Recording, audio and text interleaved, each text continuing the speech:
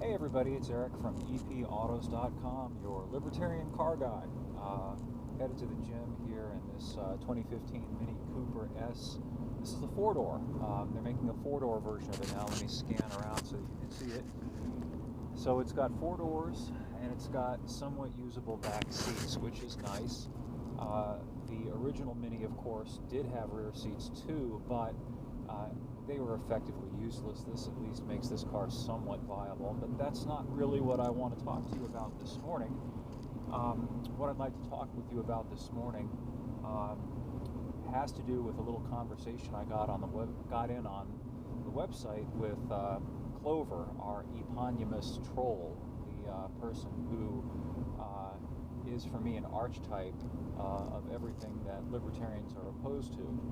That is, he's somebody who is a control freak, an authoritarian, somebody who believes one size fits all, that his feelings about risk ought to be determinative.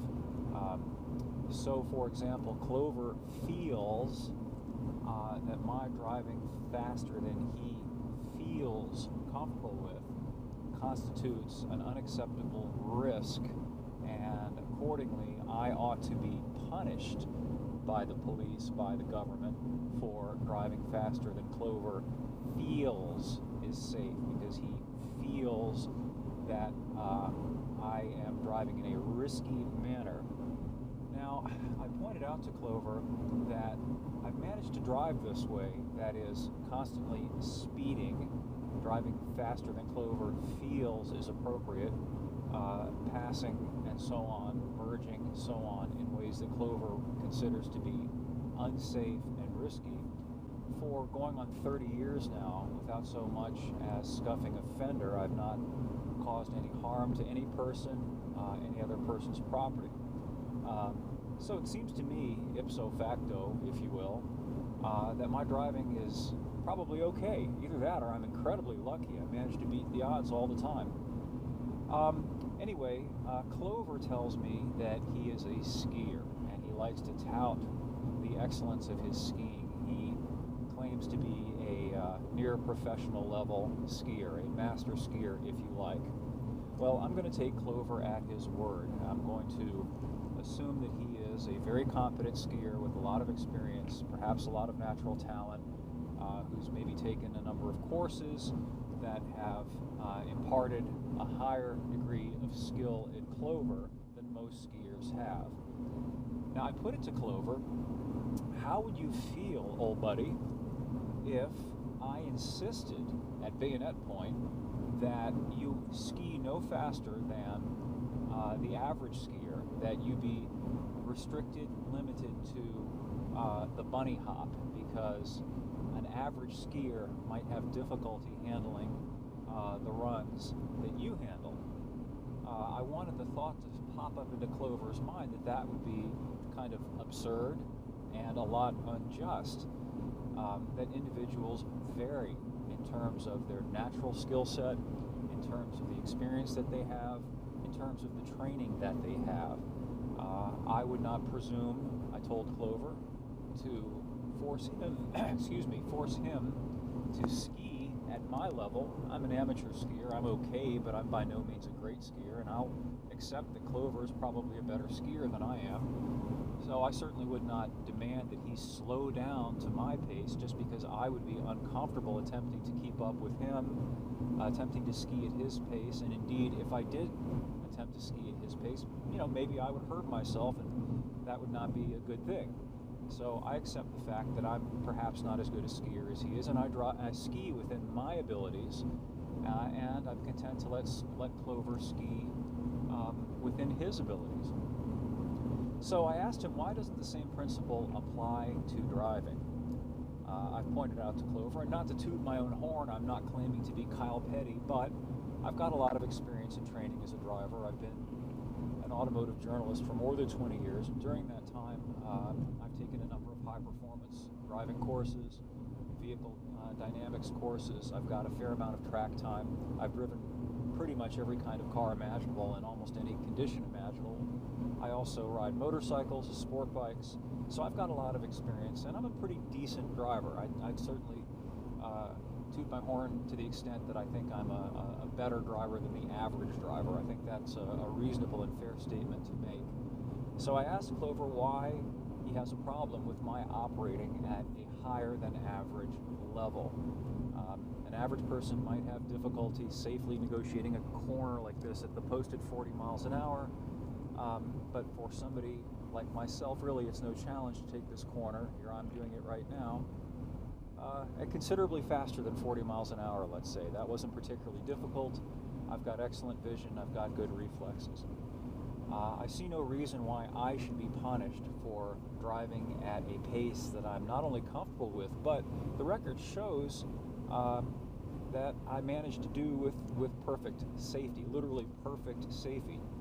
I've told Clover that certainly if I screw up and if I cause harm to a person or property, well, I certainly should be held fully accountable for that. But I've asked him why he feels that people should be held accountable, punished, for things they haven't done, for harms they have not caused, based on Clover's feelings about what might happen. Notice that standard might happen is completely open-ended. There is always the possibility that something might happen, and if the standard is how you feel, your personal comfort level, you can justify almost any form of control and punishment imaginable based on your feelings and a hypothetical might. I pointed out to Clover that he might run into somebody while he's skiing at a fast pace. He might lose control, and he might injure himself and thereby impose his favorite thing, costs on society. I asked Clover, should he therefore be compelled to pay into a special fund or buy special insurance to make sure that he doesn't impose costs on society, even if he never does, in fact, impose costs on society, and take that money from him, never to be given back, in the same way that he does with regard to car insurance or health insurance and so on the same principle. Well, the long and short of it is that people like Clover, whom I call Clovers as a general term, have this incapacity to think in terms of such principles, in terms of concepts, to apply a principle to a particular thing. Thus, in Clover's mind, it's okay for him to ski at a considerably faster pace than the average skier.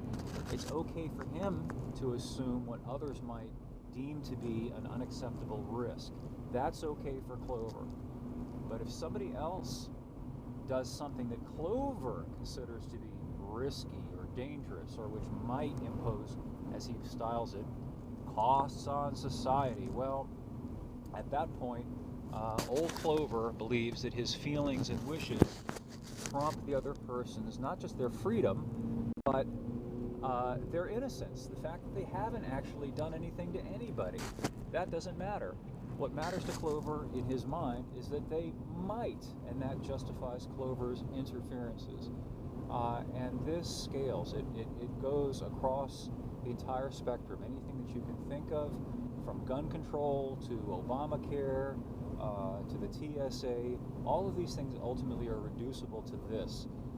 Clover's personal feelings about risk, about group guilting people, about holding individuals accountable, not for anything they've done, but for A, what others have done, and more generally, what others might do. It's very topsy-turvy, and Clover seems unable to grasp that if his mindset becomes the dominant and common mindset, which it has, you've opened the door to literally limitless control and micromanaging and punishing of people who've done nothing at all. Nothing. Based on some power group, the people who wield political power, who manage to get laws passed and who control the apparatus of the state, based on their feelings about risk, about what might happen. And that's why we are at the juncture, the fork in the road that we are right now. America really does have a choice It could go left or it could go right, and I don't mean that in a Democratic, Republican, or liberal conservative way. What I mean is it can go in the direction of liberty and individual responsibility, or it can go in the direction of statism and really no personal responsibility, because after all, if you're not held accountable for the things that you've actually done, but instead are constrained because of what other people may do, you personally really don't have any control over your actions, over your, or at least your responsibility for anything, because you have no control over what other people do, and we're all at the mercy of these vague, hypothesized generalizations, and it leads to a very unpleasant, ugly state of affairs, where people aren't free to just live their lives, to pursue happiness, as it was styled in the Declaration of Independence, to just not be left alone. We all become a nation of Clovers, picking at each other. It's just an insufferable and awful state of affairs. Anyway, that is this morning's rant. I'm going to be posting an article shortly about the kinds of cars that we might have if we didn't have government-mandated cars. That should be up on epautos.com probably later today, maybe tomorrow. That would be Monday. Anyway, I hope you enjoyed this, and thank you for listening. Please visit the site. And if you like it, please register, join the conversation, and we will hopefully see you soon. Thanks.